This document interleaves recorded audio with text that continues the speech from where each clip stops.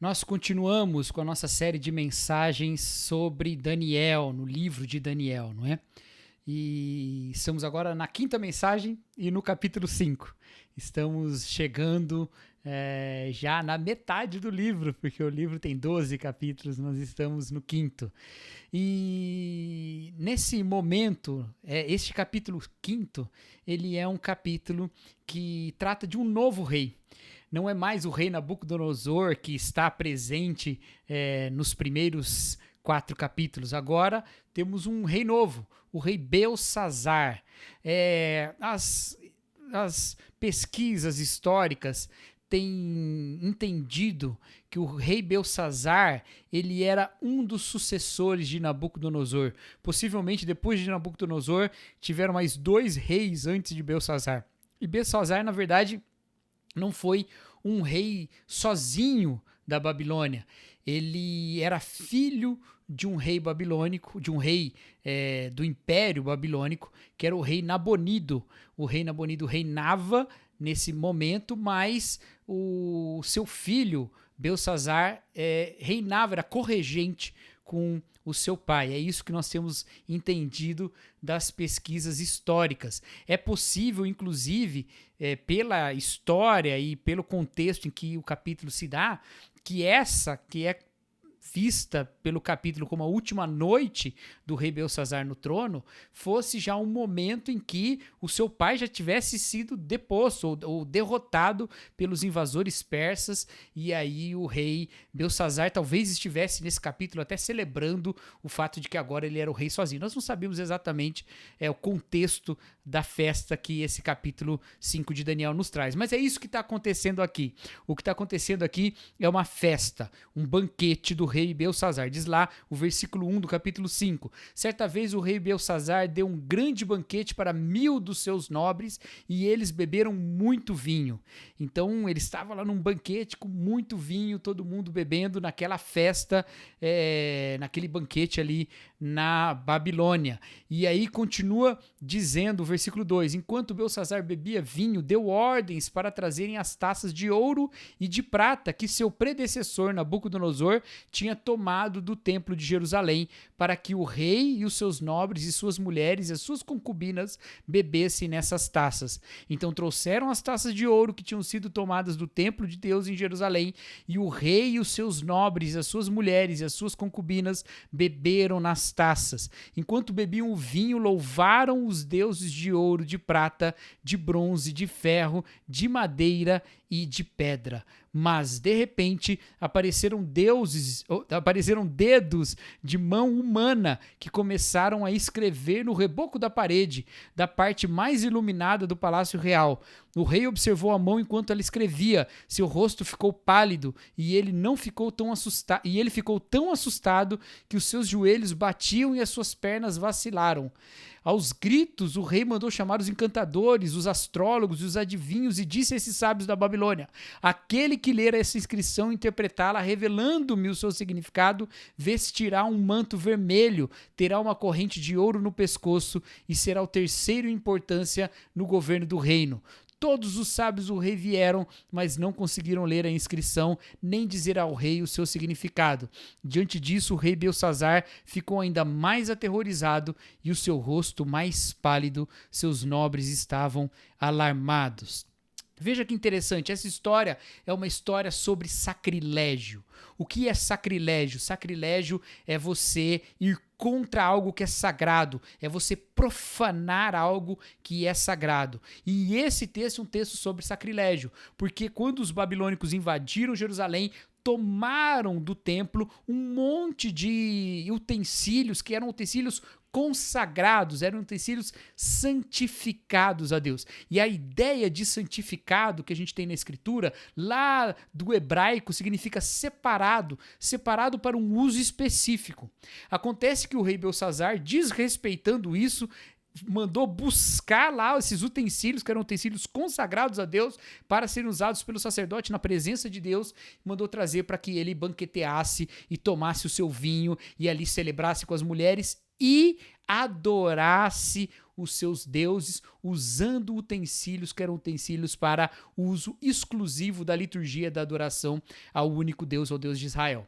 Esse é o sacrilégio que o rei Belsazar cometeu nessa festa. É esse o problema. Mas no momento que ele faz isso, naquela festa, naquela aquela barulheira toda que a gente imagina, uma mão humana aparece e começa a escrever na parede, e o rei Belsazar fica muito alarmado e chama dos seus sábios para interpretar o que está escrito lá, mas ninguém consegue interpretar o que está escrito lá. E ele fica ainda mais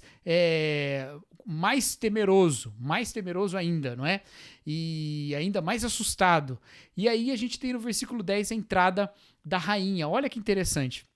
A partir do versículo 10. E tendo a rainha ouvido os gritos do rei e de seus nobres, entrou na sala do banquete e disse: Ó rei, vive para sempre, não fiques assustado, nem tão pálido. Existe um homem em teu reino que possui o espírito dos santos deuses.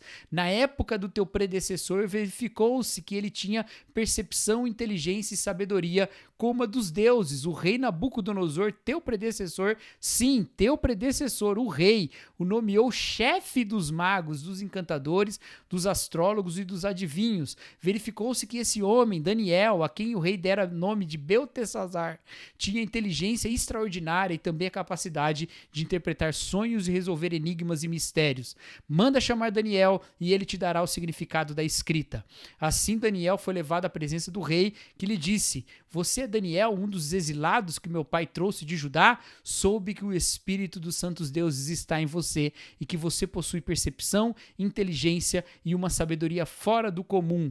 Trouxeram sábios os encantadores à minha presença para ler essa inscrição e me dizerem o seu significado. Eles, porém, não conseguiram. Mas eu soube que você é capaz de dar interpretações e de resolver mistérios. Se você puder ler essa inscrição e dar-me o seu significado, você será vestido de vermelho e terá uma corrente de ouro no pescoço e se tornará o terceiro em importância no governo do reino. Olha só. Daniel é chamado, então, a um reconhecimento da sua sabedoria, da sua inteligência, da presença do Espírito, do seu discernimento espiritual. Ele tem tudo isso e é desafiado nesse momento. Olha, interprete o que está escrito ali. Se você interpretar, você ganhará presentes, prêmios, você será colocado num cargo à altura. E veja, Daniel não estava naquela festa, ele não estava presente. Possivelmente, porque já se passou tanto tempo do reinado de Nabucodonosor, que Daniel já estava velho, já estava fora, afastado das funções reais, e talvez Belsazar, o rei, nem soubesse direito, pelo que a gente entende, é que ele nem sabia direito quem Daniel era. Ele fica sabendo pela rainha, possivelmente rainha mãe, não é nem a rainha esposa dele, é a rainha mãe ou a rainha esposa de Nabonido, o seu pai, não é? Possivelmente essa rainha que sabia, porque ela era mais antiga do que ele, e manda então chamar Daniel, e Daniel vai até ele, e ele fala: olha, se você interpretar, você vai receber esses presentes todos. Ao que Daniel responde: você pode ficar com esses presentes, eu não quero receber esses presentes, né? E aí ele traz o juízo sobre Belsazar. Olha só o que ele diz. Ele fala assim: ó rei, foi a Nabucodonosor, teu predecessor, que o Deus Altíssimo deu soberania, grandeza, glória e majestade. Devido à alta posição que lhe concedeu, homens de todas as nações, povos e línguas temiam diante dele e o temiam. Tremiam diante dele e o temiam. A quem o rei queria matar, matava. A quem queria poupar, poupava. A quem queria promover, promovia. E a quem queria humilhar, humilhava. Mas quando o seu coração se tornou arrogante e endurecido, por causa do orgulho, ele foi deposto de seu trono real e despojado de sua glória. Isso aqui é citando lá o capítulo anterior que a gente já pregou. Foi expulso do meio dos homens e sua mente ficou como a de um animal. Ele passou a viver com os jumentos selvagens e a comer capim como os bois, e o seu corpo se molhava com o orvalho do céu, até reconhecer que o Deus Altíssimo domina sobre os reinos dos homens e coloca ao poder quem ele quer. Olha só, Daniel falando, isso tudo aconteceu com o seu predecessor, ou com o seu pai, como algumas versões trazem. Isso tudo aconteceu com Nabucodonosor. Ele foi deposto, mas ele foi colocado de volta quando entendeu que Deus é o Senhor acima de todas as coisas. Agora veja sobre Belsazzar o que ele fala. Mas tu, Belsazzar, seu sucessor, não te humilhaste, embora soubesses de tudo isso. Pelo contrário, tu te exaltaste acima do Senhor dos céus, mandaste trazer as taças do templo do Senhor, para que nelas bebessem tu e os teus nobres, as tuas mulheres e as tuas concubinas. Louvaste os deuses de prata, de ouro, de bronze, de ferro, de madeira e de pedra, que não podem ver, nem ouvir, nem entender, mas não glorificaste o Deus que sustenta em suas mãos a tua vida e todos os teus caminhos. Por isso ele enviou a mão que escreveu as palavras na inscrição. Esta é a inscrição que foi feita. Mene, mene, tekel, parsim. E esse é o significado dessas palavras. Mene, Deus contou seus dias e o teu reinado e determinou o seu fim. Tekel, foste pesado na balança e achado em falta. Pérez, que é o singular de Parsim, né? Por isso que aparece Parsim antes e Pérez aqui no versículo 28. Pérez, teu reino foi dividido e entregue aos medos e aos persas. Olha só que interessante isso. Quando nós olhamos lá no capítulo 4 e falamos de Nabucodonosor e do juízo de Deus sobre Nabucodonosor, nós vimos que Deus trouxe juízo sobre Nabucodonosor porque ele se achou acima de Deus. E o que demonstrava isso é que ele não agia com justiça e não cuidava dos necessitados. Esse é um problema muito sério que Nabucodonosor estava demonstrando como rei. E falamos sobre a importância de que um governo que Deus tem por justo é aquele que cuida dos necessitados e que faz justiça. Mas Belsazzar fez uma outra coisa. Ele também se colocou acima de Deus. Ele também se colocou acima do Deus Todo-Poderoso. Ele também se achou maior do que o Altíssimo. Mas o que demonstrou isso não foi a falta de justiça nas suas obras, ainda que elas também fossem injustas. O que mostrou isso foi o fato de que ele tomou o que era sagrado para servir outros deuses. Tomou do que era consagrado a Deus para servir outros deuses. A justiça, o juízo de Deus se manifestou contra o reino de Belsazzar quando ele tomou do que era consagrado a Deus para servir a outros deuses. Talvez você leia isso e faça uma ligação rapidamente com algumas coisas que nós temos religiosas no nosso tempo. Talvez você pense assim, bom, então isso significa que eu não posso usar das coisas que são da igreja para outros fins. Então, por exemplo, os instrumentos musicais da igreja não podem tocar músicas que não sejam para Deus. Ou o púlpito da igreja não pode ser usado para outra coisa que não seja para pregar a palavra de Deus. Não pode ser levado para uma formatura de uma escola, por exemplo. Ou, talvez ainda mais ligado com as questões de poder desse versículo, você pense, isso aqui me ensina que não devemos misturar política e religião. Não devemos misturar essas duas coisas. E ainda que você faça isso com toda a sua dedicação, você não terá entendido totalmente se não perceber o que significa utensílios do templo nesse versículo. Porque utensílios do templo não são os instrumentos com os quais nós prestamos culto a Deus. Não é o banco da igreja, não é o instrumento musical da igreja, não é os instrumentos nos quais nós fazemos, por exemplo, a ceia do Senhor, não é nada disso. Porque os instrumentos do templo eram os instrumentos da presença de Deus no Antigo Testamento. O templo era a casa de Deus. Os nossos lugares de culto, eles não são a casa de Deus. Deus não habita esses templos feitos por mãos de homem. Ele não habita estes santuários em que nós prestamos culto a Ele. Naquela época, o templo do Senhor em Jerusalém, o único templo, não esse monte que nós temos, aquele único templo em Jerusalém, não em São Paulo, em Jerusalém, aquele único templo representava a presença de Deus.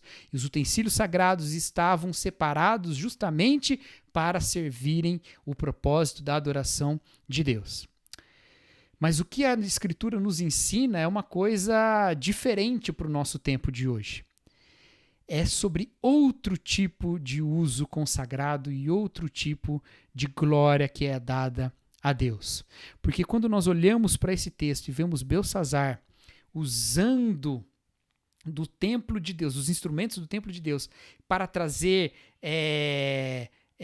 para os seus próprios fins, para a sua própria vontade. Nós vemos o juízo e a ira de Deus contra ele. Nós nos lembramos de um outro momento em que o Senhor também mostrou juízo e ira contra o mau uso do templo de Deus. E esse momento está no Novo Testamento. E esse momento é quando Jesus vai ao templo. Quando Jesus vai ao templo, especialmente nos evangelhos sinóticos, como por exemplo o evangelho de Marcos, quando Jesus chega no templo de Deus e ele vê que ele está sendo usado para venda e compra e troca e para que as pessoas ali vendessem animais que depois seriam sacrificados e com isso elas ganhassem dinheiro sobre a vontade dos outros de trazer sacrifícios a Deus, quando isso acontecia, o Senhor Jesus chegou lá e trouxe sobre aquele lugar juízo, ira. Ele virou as mesas, ele desceu um chicote lá que ele fez, ele mesmo fez, não é? Bateu com um chicote, e ele disse que aquela casa seria chamada de casa de oração para a bênção das nações. Não era para a bênção do próprio povo de Israel, era para a bênção das nações. Mas o que foi feito dela? Foi feito um covil de ladrões. Porque o que acontecia naquela época?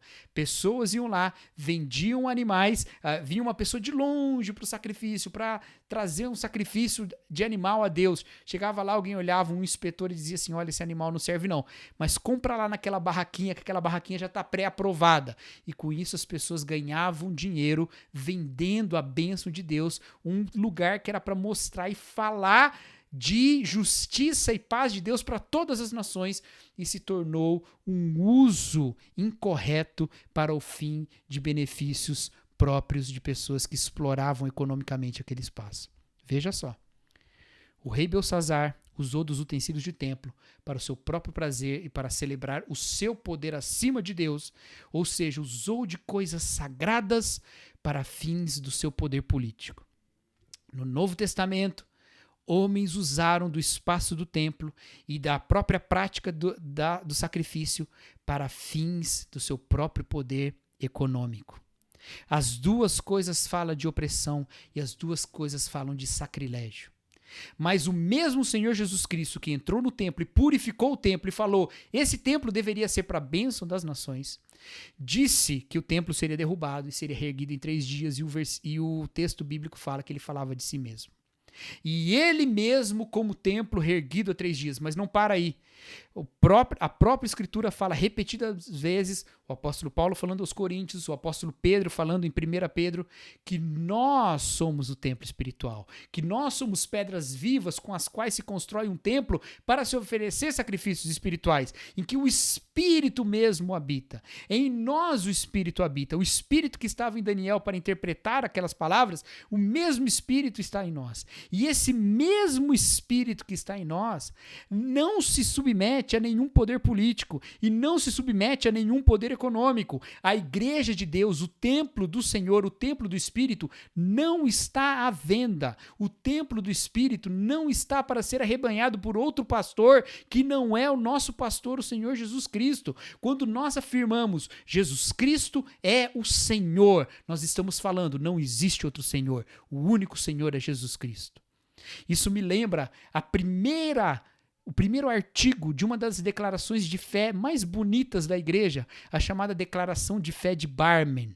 Lá na década de 30, quando Hitler subiu na Alemanha e submeteu ao seu poder as igrejas alemãs, surgiu um grupo de cristãos dizendo, não, a igreja não serve nenhum senhor, a igreja não serve nenhum Führer, que em alemão é o líder. A igreja não serve outro líder, ela só serve Jesus Cristo. Então esses cristãos, esses teólogos de várias tradições diferentes, escreveram um documento chamado Declaração de Fé de Barmen e começa dizendo que só Jesus Cristo é o Senhor da igreja e só Ele é a palavra pela qual a igreja vive. Olha que coisa bonita. A igreja não está submetida a nenhum poder político. A igreja não está submetida a nenhum poder econômico. A igreja não está à venda. E a gente aprende isso de Daniel também. O rei fala, olha, se você interpretar, você vai ganhar aqui essa capa, essa corrente, e você vai ficar o terceiro no poder da Babilônia. Então, terceiro, talvez, primeiro Nabonido, ele segundo, Daniel terceiro, se é que Nabonido ainda era rei ou não, se os persas já tinham destronado ele, não sabemos. Mas ele fala isso, você será o terceiro. E Daniel diz, Eu não quero, não importa. Eu vou te falar sim, vou te falar, mas não porque você está me dando um presente. Eu vou te falar porque quem me comissionou foi Deus. Porque quem me deu palavras para falar para os reis, palavras proféticas, foi Deus. E a igreja diz a mesma coisa.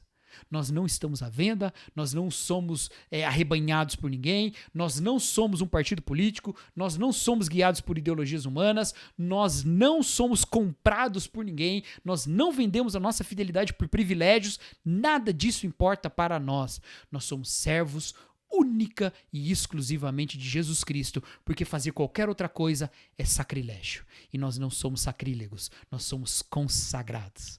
Por isso nós como igreja dizemos que nós só servimos ao único Rei.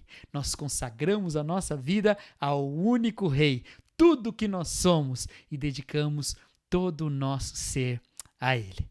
Que Deus nos abençoe e nos mantenha fiéis a essa palavra. Amém.